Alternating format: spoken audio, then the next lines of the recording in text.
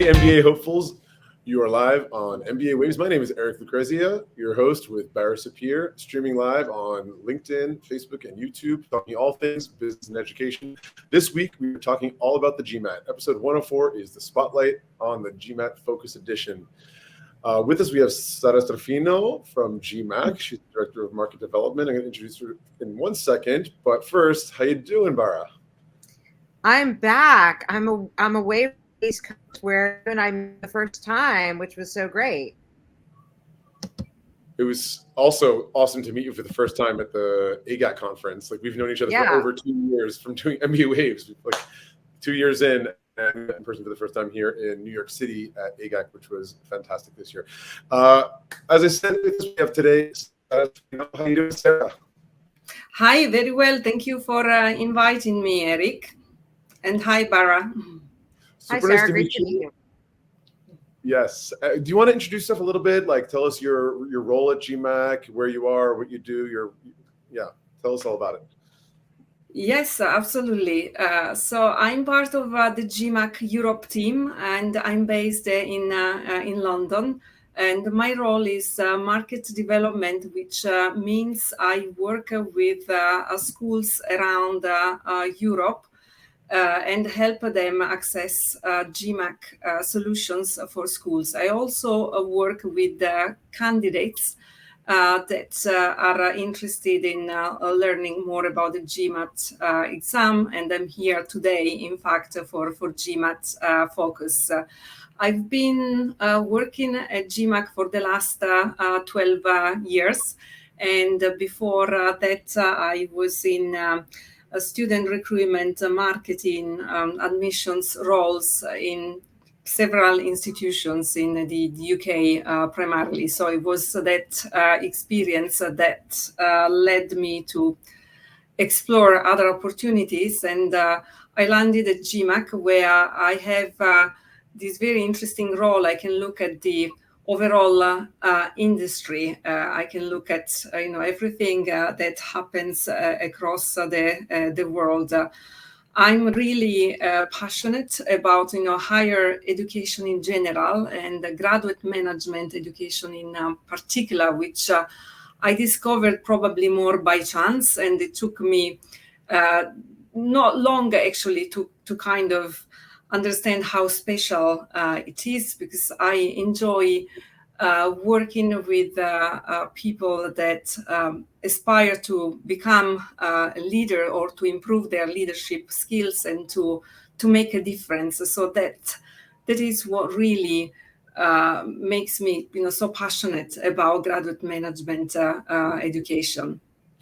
Yeah, after 12 years of working at GMAC, I'm sure you're very well positioned to tell us all about it. So we're super excited to have you here today.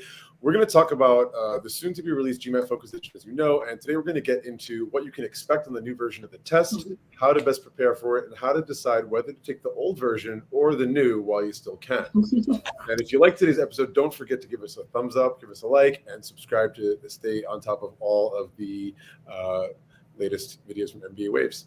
Bara, why don't you take away with the first question?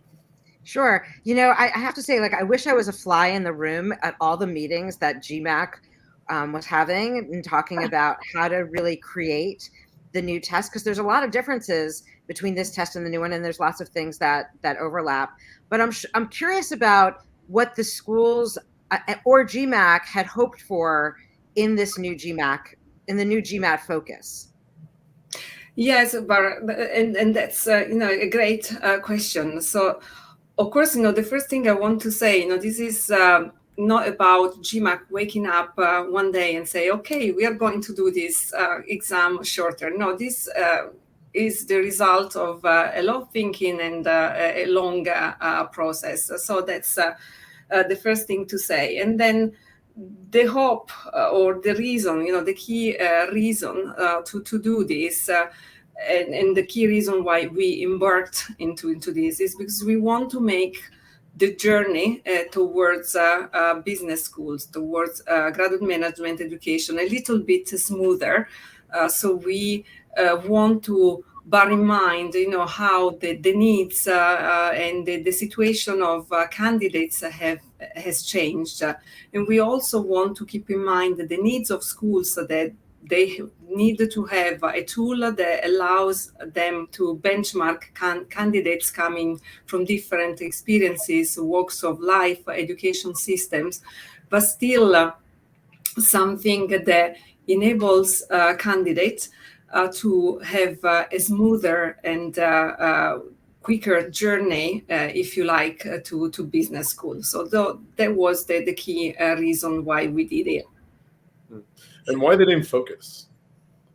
The name Focus, even in any team or in any company, there is always a lot of discussion around, the possible name or the possible brand. And certainly there was also the process we went through at GMAC.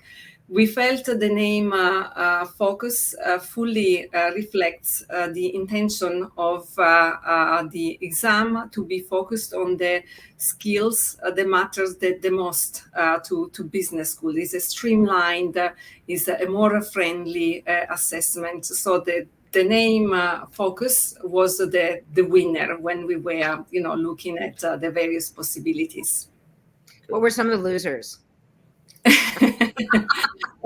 I wish I could remember Bara, just because it's, as I said, it was this process has lasted for a long time. So there were so many different ideas that were bouncing around and evaluated. So I wish I could remember some of the names. Probably would have still Focus in there, but yeah, definitely Focus was the winner.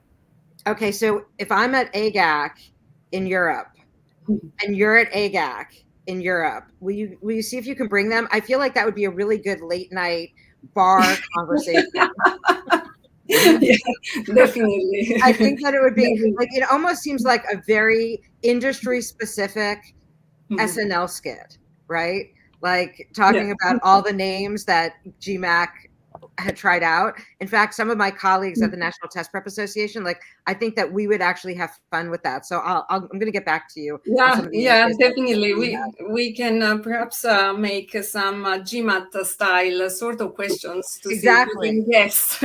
Exactly. That would be part of the choices. So when the two GMATs actually, they're going to coexist for a while, right? And when it turns out that the other one is sunsetted out and no longer the original one, that the OG, the literal OG GMAT, will you call this the Focus or will you call it the GMAT? Like, will it shed Focus or will it stay, or do you have that's very interesting. I'm not sure, that there will be set in stone plans about that. I can see that, at some point, probably the GMAT is the GMAT. Something also that, I want to highlight, but this is not an entirely new exam. It's not as, just putting out there something that is completely new, completely different. This is the GMAT, is a new version of the GMAT, so it's still based on the GMAT. So the two versions, as you say, will coexist to give people the opportunity to feel confident and comfortable, because we know, some of the key application and admissions deadlines are coming up. So we want to ensure that they have, the confidence to move, towards a deadline without, any concerns.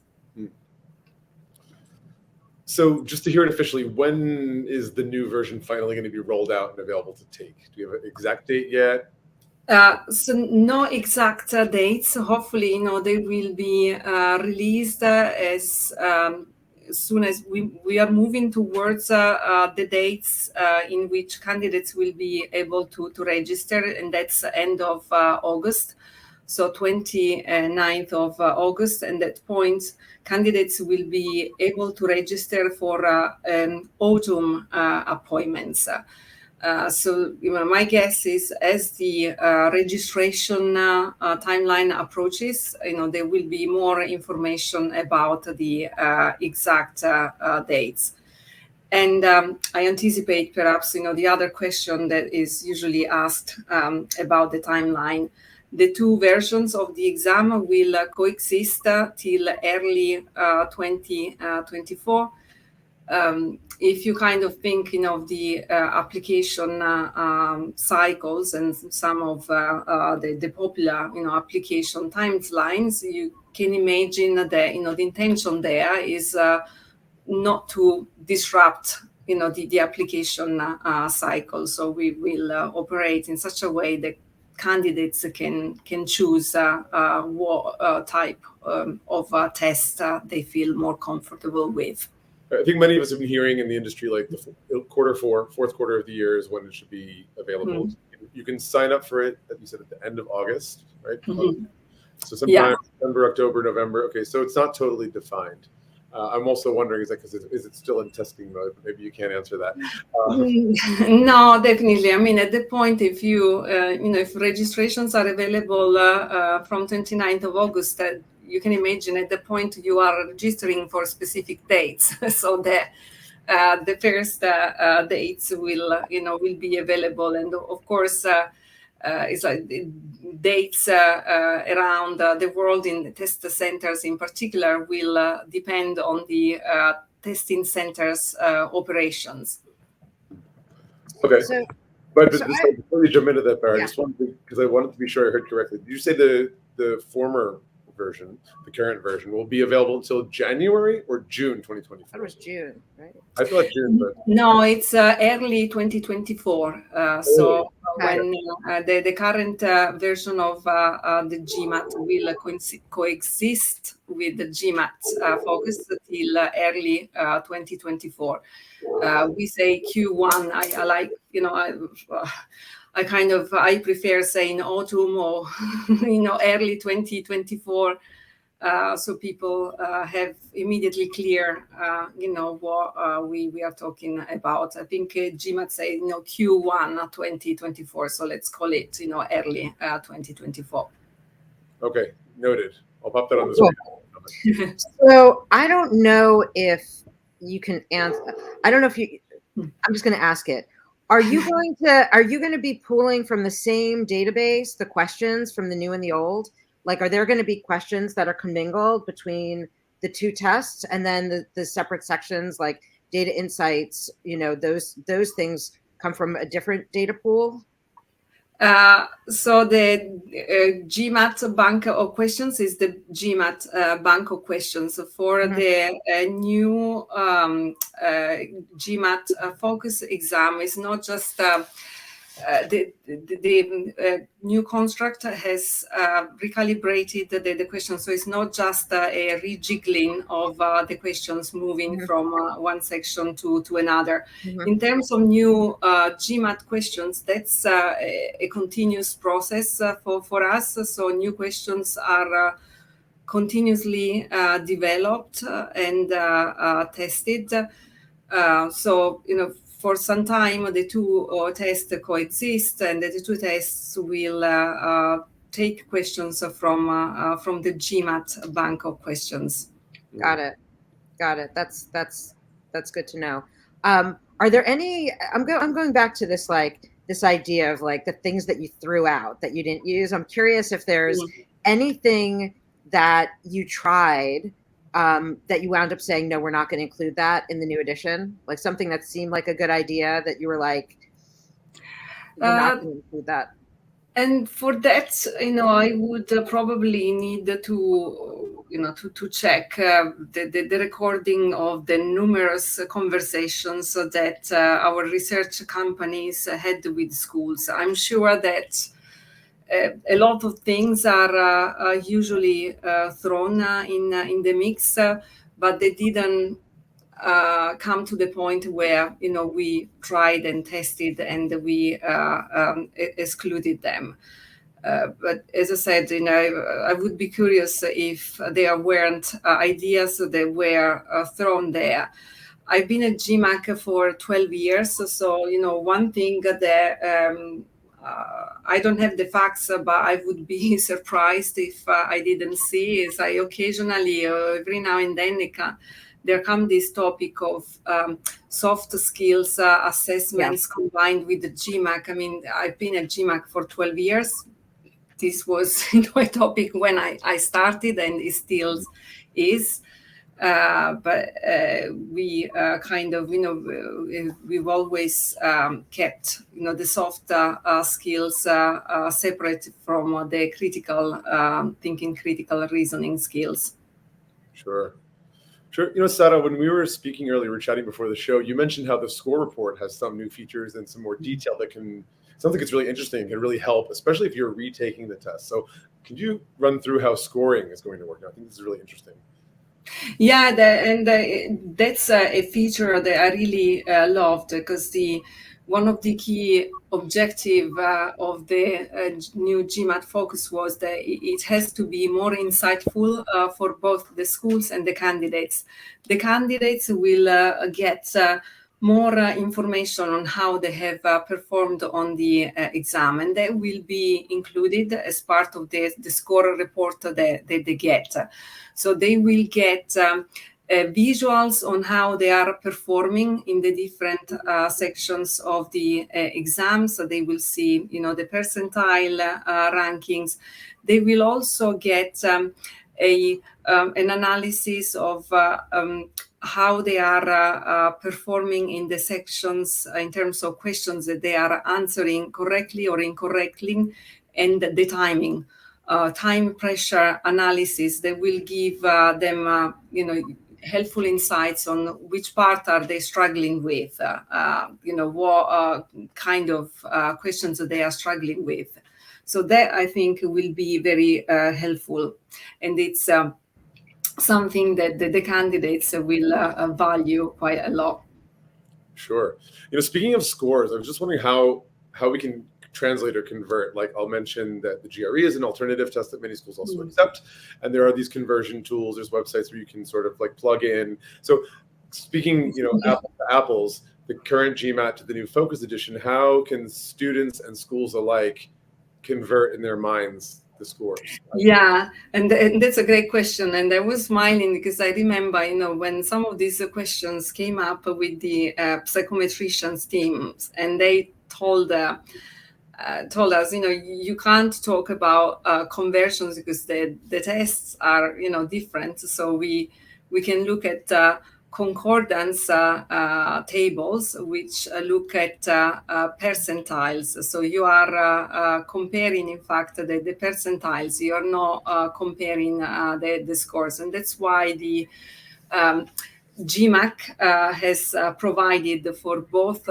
schools and candidates the concordance tables, which look at the percentile rankings. So when you plot the percentile to the current GMAT score and the GMAT Focus score, what kind of score will correspond, let's say, to a GMAT Focus score. So this is what has been done, and it hasn't been done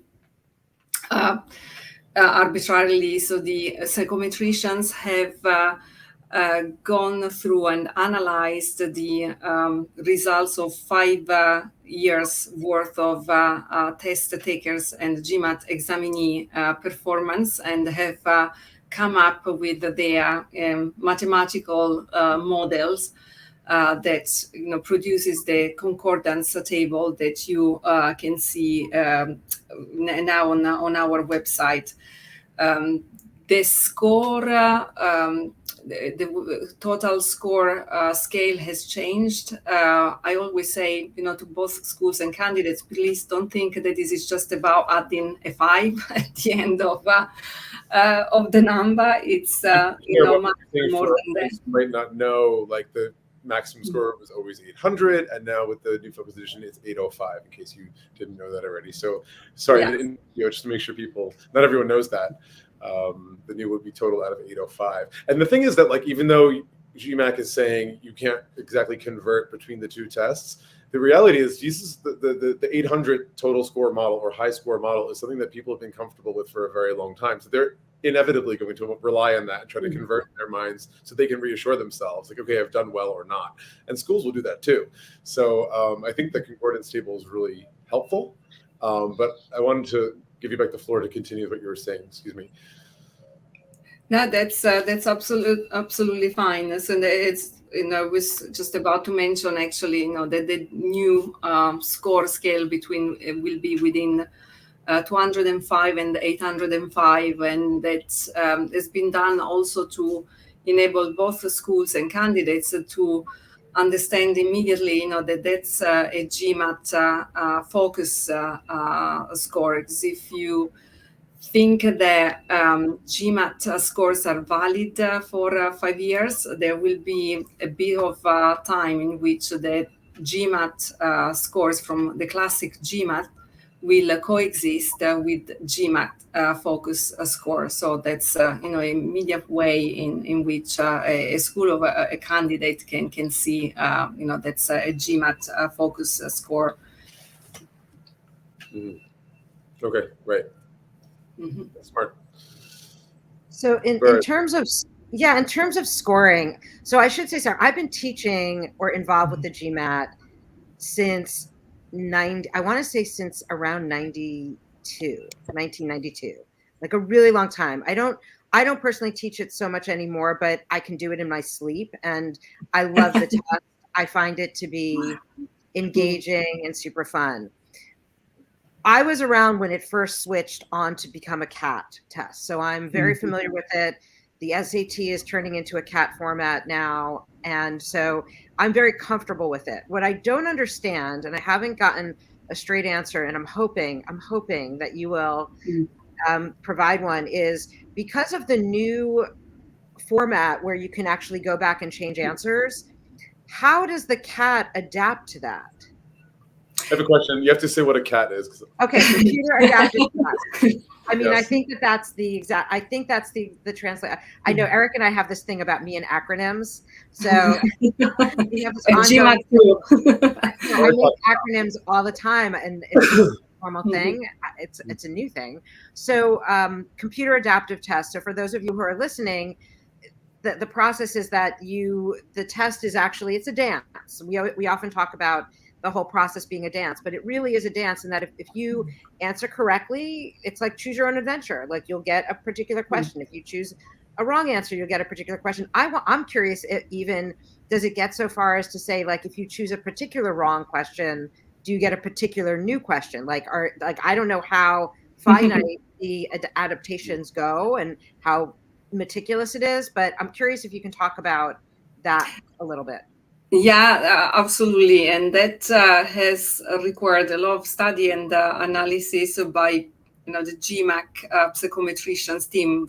By the way, they have a lot of publications in the area of testing and psychometrics. Going into some of the detail, so the adaptive nature of the CAT algorithm that is used in GMAT Focus is not affected because the candidates is going through the exam and change the answers at the end. So the change doesn't impact on the routine of the candidate, but impacts on the score. Also, something that I want to clarify, because there are a lot of myths that are already starting to go there. It's not that you can go back and change everything.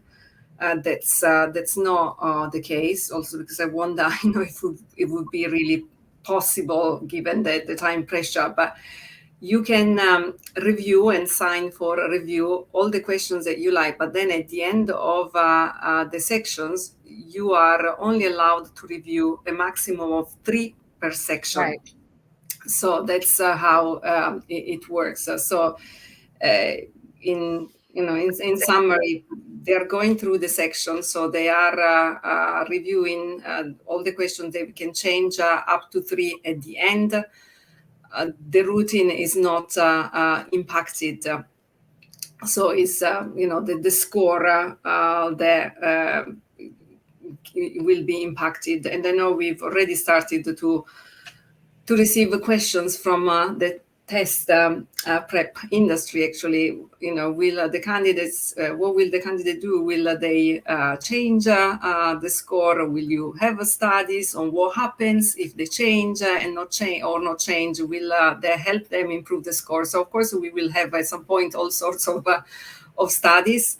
But it will be interesting to see how that feature is used. But what I can share is that definitely in the focus groups that we run, and we talk to more than 5,000 candidates globally, there was something that was always up there. They wanted to have the opportunity to change the answers. And even in my informal conversations with candidates at students fair, it was always like, why we can't change the answer? So now they have the opportunity. Let's see how it will be used. I mean, because I can see in a particular scenario that one could answer, for example, the first 3 questions incorrectly on purpose, and then go back to them and have a very different experience of the test, going through changing questions at the end, right? Because the test pathway, if you answer the first 3 out of the first 10 questions, let's say, deliberately incorrectly, like those questions that you get later on are going to be impacted. So I think it is a really interesting question as to what pathway you go down. I don't think I'd understand the math of the algorithm at all, but I'm very curious about how that actually looks. So thank you. I'm sure, you will probably understand it more than a lot of other people. But I hope so.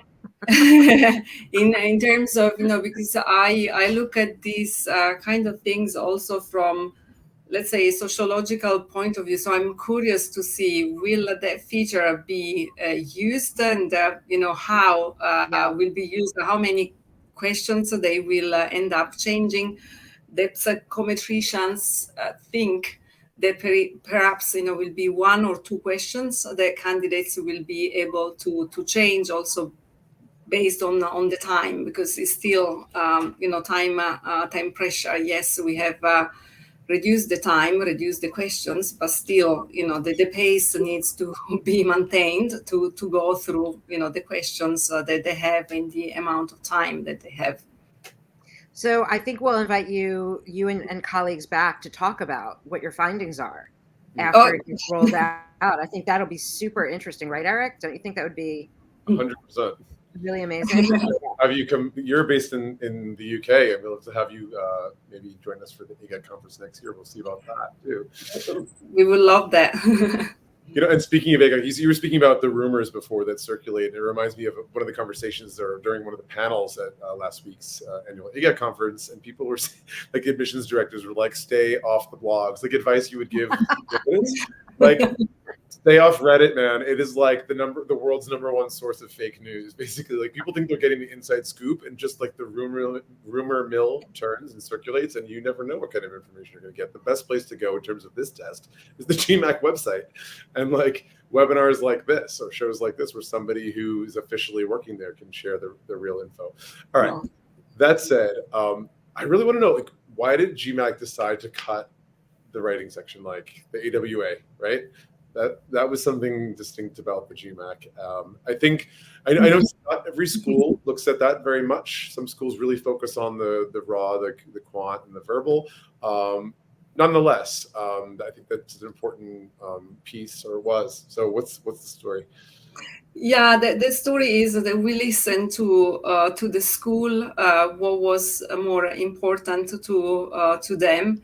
And based on the feedback that we received through the work that we did for GMAT Focus, it was clear that schools were mostly not using it across geographies, or it wasn't really crucial. What they wanted to focus on was the critical reasoning skills, the data insights. So it was felt that the GMAT Focus could live without the AWA. Also, schools told us that it's not completely the same, but they have English language assessments to assess non-native English speakers, or for native English speakers, they have other ways to look at the background or the academics and see. I mean, most of the MBA programs have essays as part of their application, and I guess that the essays.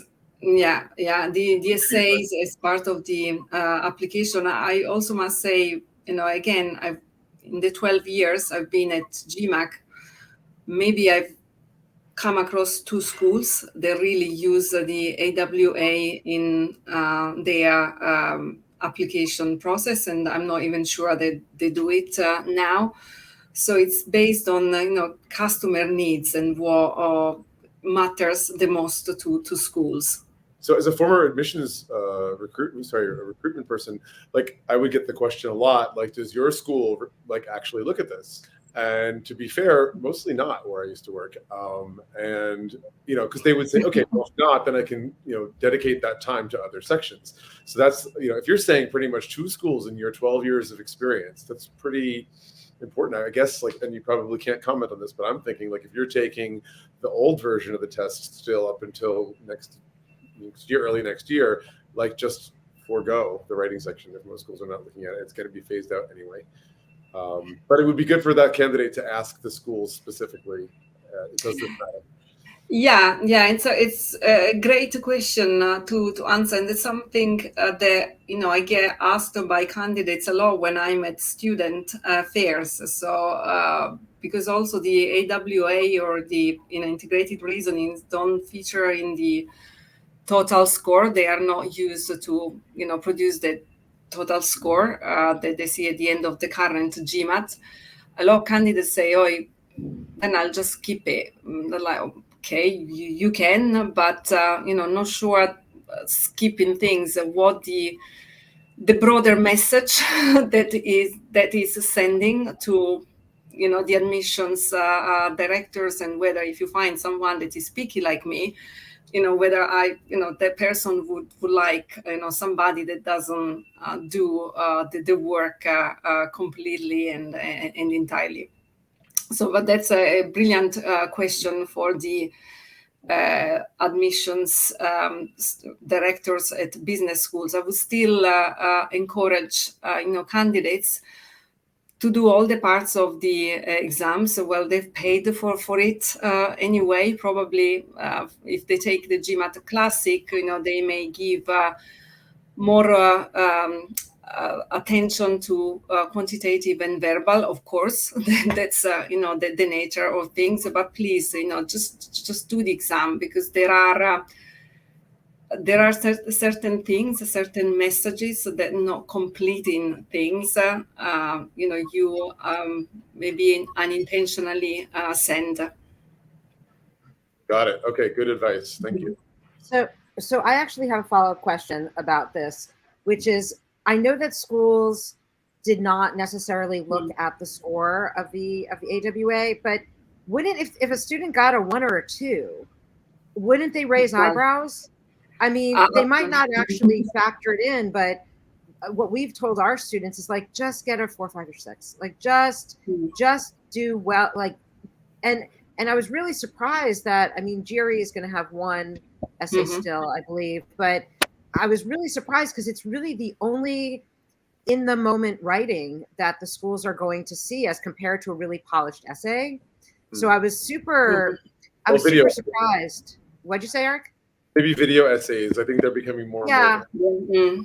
That makes sense. Like that sort of extemporaneous kind of off the cuff, communication. Obviously, I think a video will capture more than something written for many people. Like I think it would for me. We're talking about being a leader in business. Most of the time, you are standing up in front of a boardroom at a table or in front of a conference and just speaking and being able to articulate your ideas clearly. And that carries, I think, a lot more than a written essay.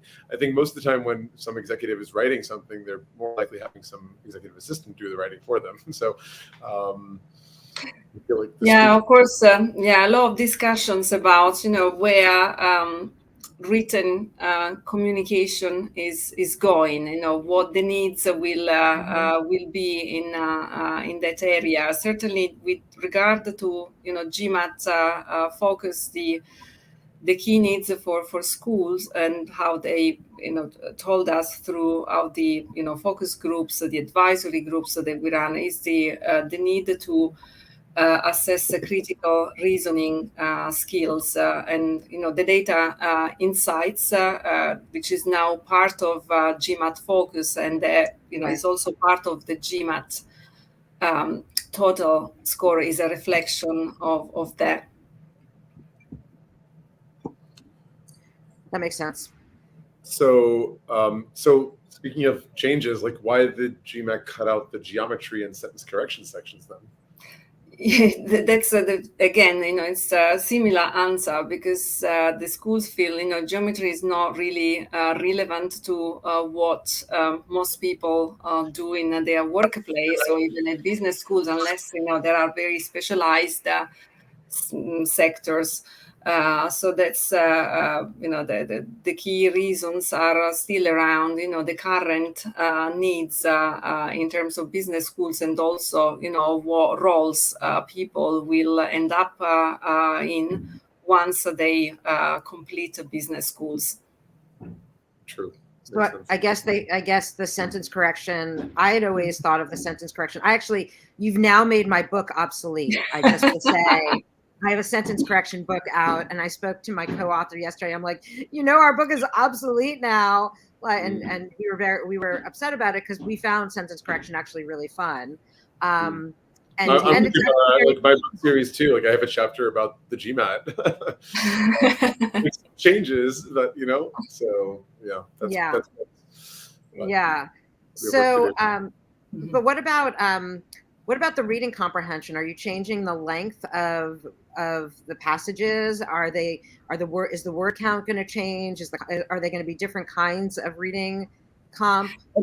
Yeah, the reading comprehension is going to be there, still going. The passages, and I will need to check, the number of words that they say, and I'm really sorry, because this is something that I probably glanced on it, and I wouldn't have the specific answer on how many words the passages will have, but certainly the reading comprehension part is still going to be there. The sentence correction is the part that is going away. Okay, I'm going to back channel you to find out the word choice, because absolutely. My MindFlow speed reading platform will benefit from that answer, and I think it'll be useful for people to know, like, even if topics are going to change, like when you look between like the LSAT, the GRE, and the GMAT, the reading passages have all different. They're slightly different, so it would be good to just get a little bit of reconnaissance on that. I'll back channel you. Yeah, absolutely. I love that. Okay, so Sara, how do you recommend people study for this? Is there some kind of shift in the preparation approach between the old and the new version of the GMAT? I say, the key thing is what I started at the beginning. This is not an entirely new exam. It's still a GMAT. The preparation that you do is on GMAT questions.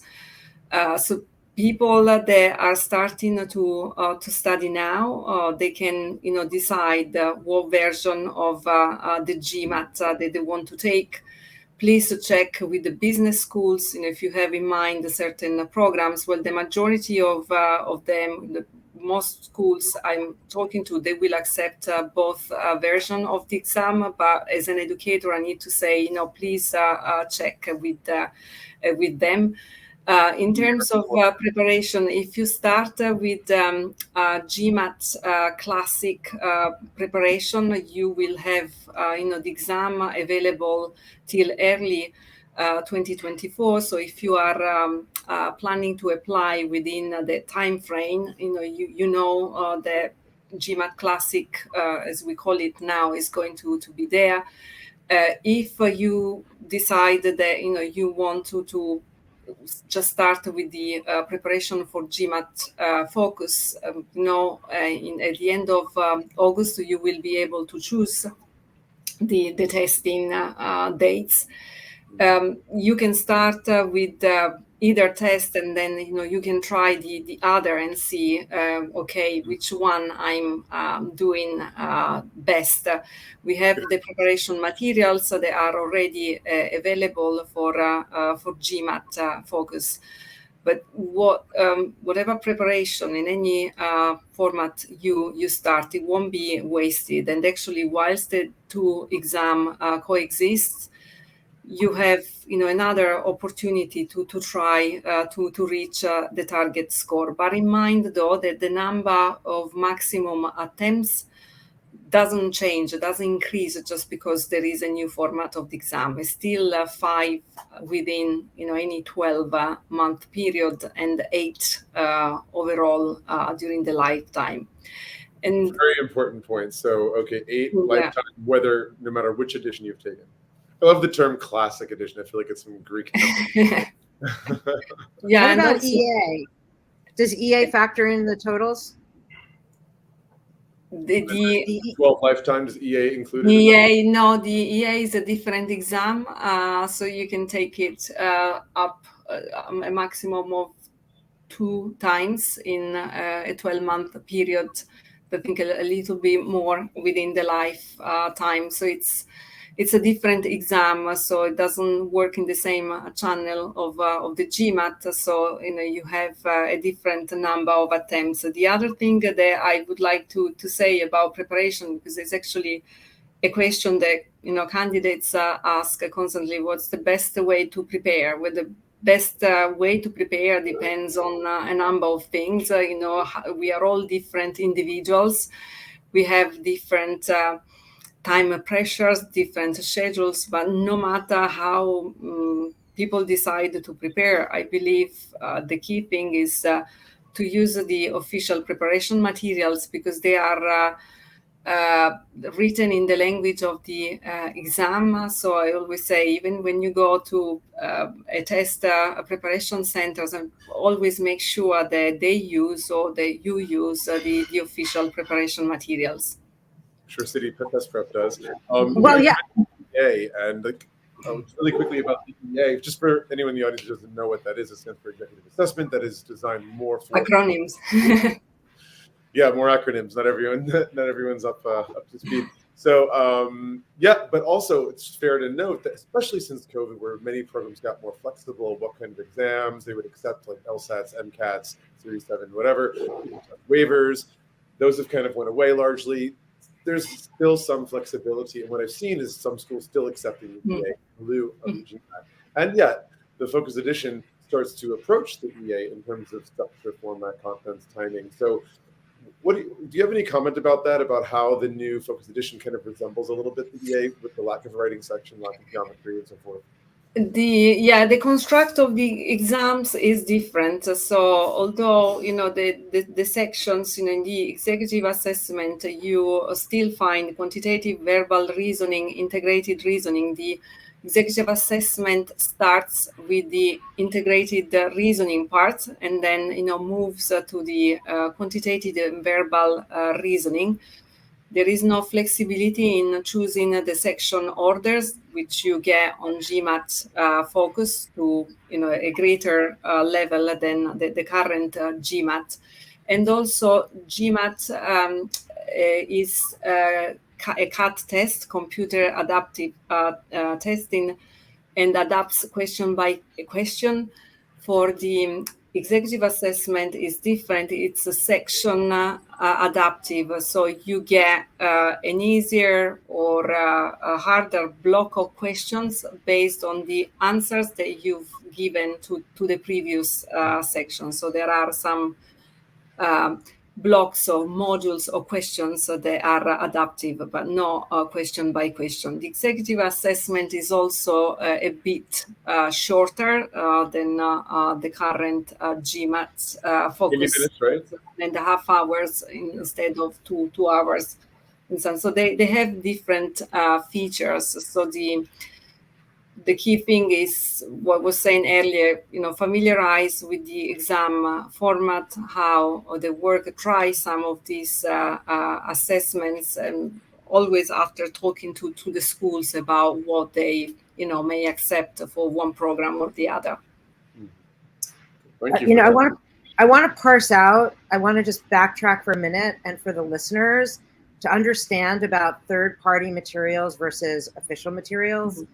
So third-party materials, the challenge, it's great to have more practice, but sometimes it's easier, sometimes it's harder, and sometimes it doesn't even reflect what's on the test itself. And so you're really getting a kind of intuitive hit as well as a practical hit of the materials themselves when you're working with the official material. Like, there's no substitute, period. Like, you can get banks of questions on online programs, and some of them are decent, but it's really having the official materials that's so important to study from and to understand and to really familiarize yourself the most with. So it's not just, it's not like a business marketing plan. It really is that you're getting questions that have been tried out and practiced on and tested. And so it's super important. And, I'm not going to trademark this, but I do think there's something there with like the OG. Okay. I think I said it here, right? OG. Do you know what OG is, Sarah? Original. Yeah, of course, the official guides, and must say. Yes, do you know what the OG is? In what is it, Eric? Original Gangster. Original Gangster official guide. Okay. It's me. I trademarked that. Pop it up. Can you also talk about, so I'm pitching, I think it's really important to have OG. So what other materials are going to be available? I know you just dropped some, I want to say last week we got the announcement from GMAC actually in New York at the AGAT conference. So what other material is going to be, when is the next book coming out, for example, or is it going to be all online material for folks to be excited about? Yeah, we have released in the first set of official prep materials for GMAT Focus, and that we feel is what candidates need, to do their preparation. You can expect as we progress, we will be producing more preparation materials. So what is there is definitely is not the end end of it. That's what is usually used by candidates to achieve a good level at the GMAT. But we will be certainly looking at the needs and produce more in the next months to come. We had a question from our friend and colleague, Dr. Marlena Corcoran. She asks, will the official GMAT bank of questions for relevant sections from the past still be useful for candidates who are preparing for the GMAT Focus? Some candidates would like to have additional material. Absolutely. I always say to the students, GMAT questions don't have an expiry date. So it's not something that expires. And you can kind of, from what we said about, the exam constructs, you can imagine all the questions or question type of the current GMAT are, GMAT Focus is the opposite, will be on current GMAT, but we are losing some question types, so you can still use the preparation materials if you started preparing for current GMAT, classic GMAT. That's not wasted. It's still preparation that will help for Focus. And then if you decide to switch to Focus, you can have a look. The free mock tests are still available in GMAC Focus, so you can think of trying GMAT current mock test and then try the GMAT Focus and see which ones you perform the best. But if you started studying, that's not going to be wasted, and those questions are still valid for the preparation. Sure.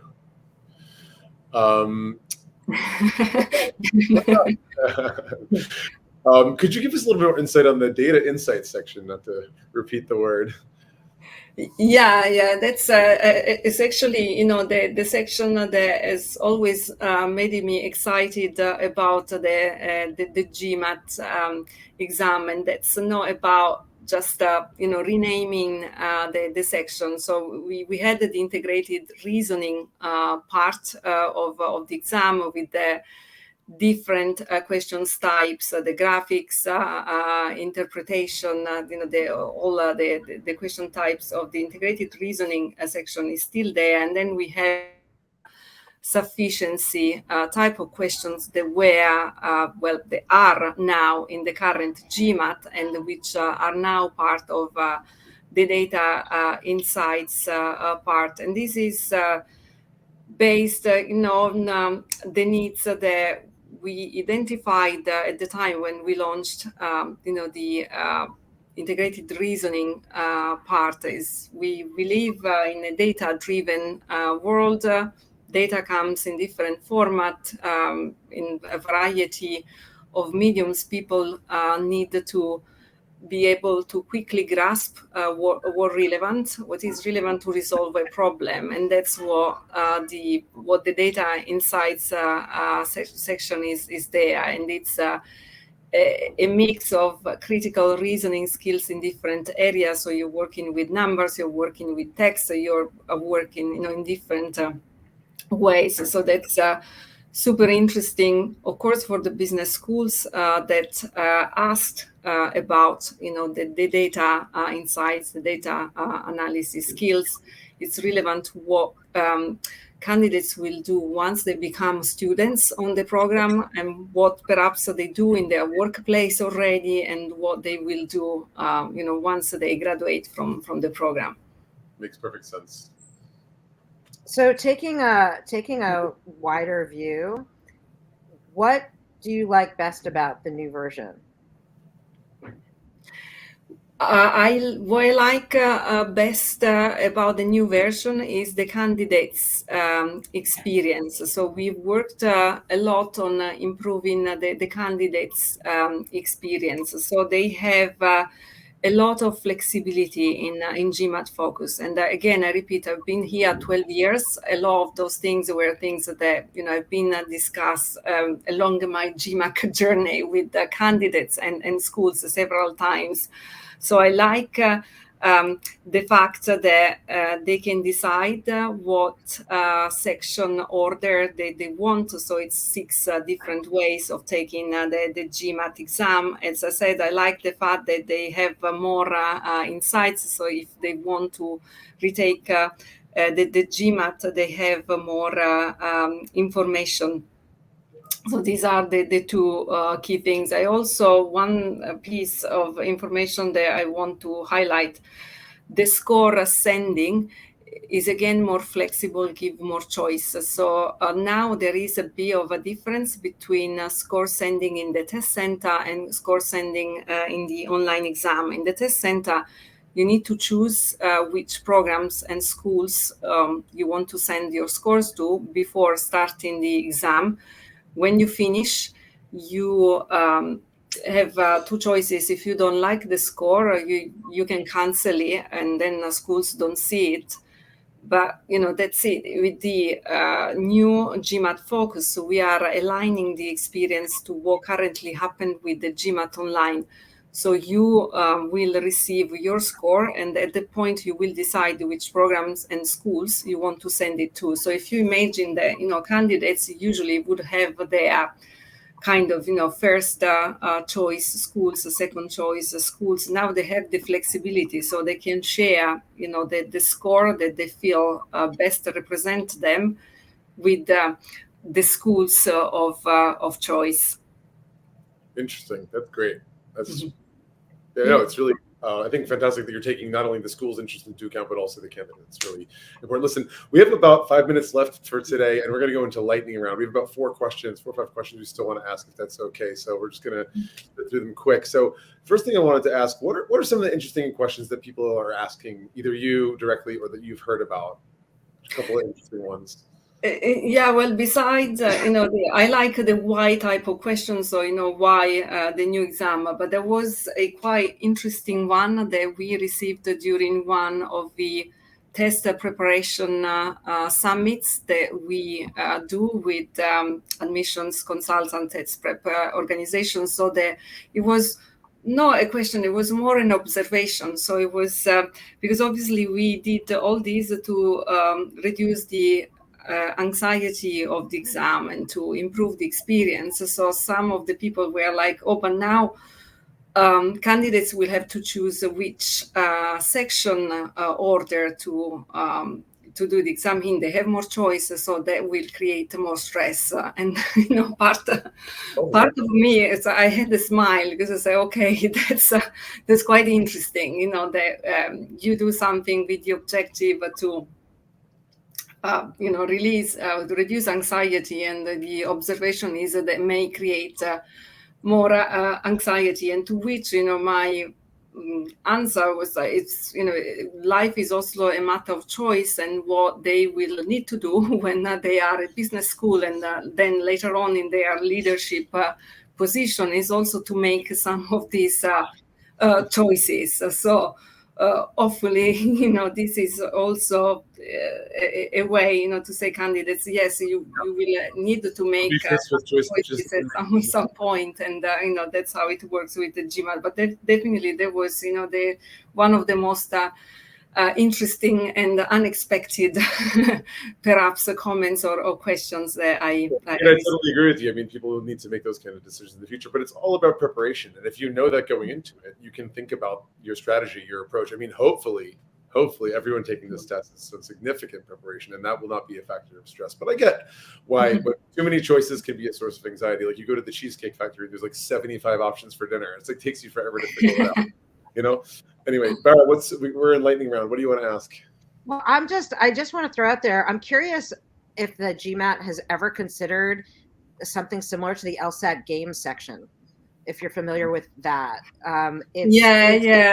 If they've ever, because it seems to me like that would be, again, you heard it here. That it seems to me that would be a really great critical reasoning exercise, and I'm curious if GMAC has ever considered that.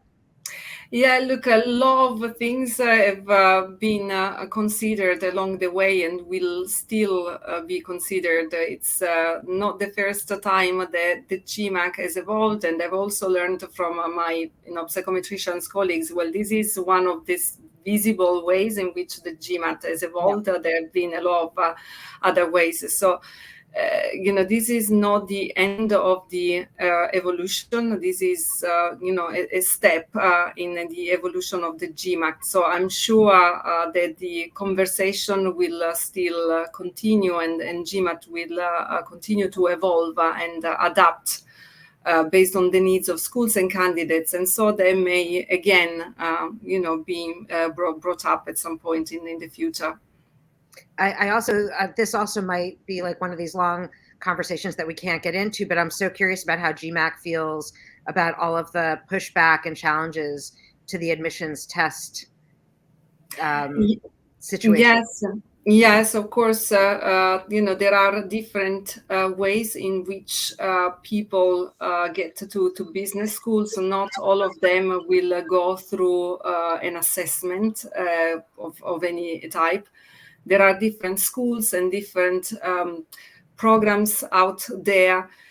Ultimately, I also think that the decision to take, an assessment is linked to the decision of which type of business schools and business programs to go for. So that's also a way, candidates can measure their interest and their commitment for, certain type of business schools and business programs. Makes sense. All right, so let's end it up here with this last question. Like, in the end, what are the factors people should consider when it comes to deciding whether to take the old or the new? Like, comes down to it, let's say somebody's applying for September 2024 intake and they're on the fence, they have the option for both. What are some of the most important things to consider? Yes, the application and admissions deadlines. Some people may be, in between them, or may not be totally sure. If they are going for October, they're going for January, February, or whatever deadlines they want to go for. Now, though, they have the tools to look at both exams together. The preparation materials and the mock exams are out there, so they can see what they feel more comfortable with. And they can try. They start the preparation for one of the exam. Could be GMAT Classic, could be GMAT Focus. They see how they are performing after a certain time from the preparation. They will also help them assess how realistic the application deadline they are targeting is, and again, decide the best preparation and application timeline strategy. But any preparation that they do will not be wasted. They will still be preparing on GMAT questions. For sure. Well, that's it for me. I mean, that was fantastic. So much good information. Like, I learned a ton. Thank you. Thank you for having me, and best of luck to everyone who has tuned in. Absolutely. But guys, if you like this episode of MBA Waves, give us a thumbs up and don't forget to subscribe. Be happy to hear your comments and questions. I'm sure Sarah would be happy to answer any that come up in the comments. And thank you for joining us. Have a great day, everyone. And good luck on this test. You got it. Thank you. Bye. Bye-bye. Bye.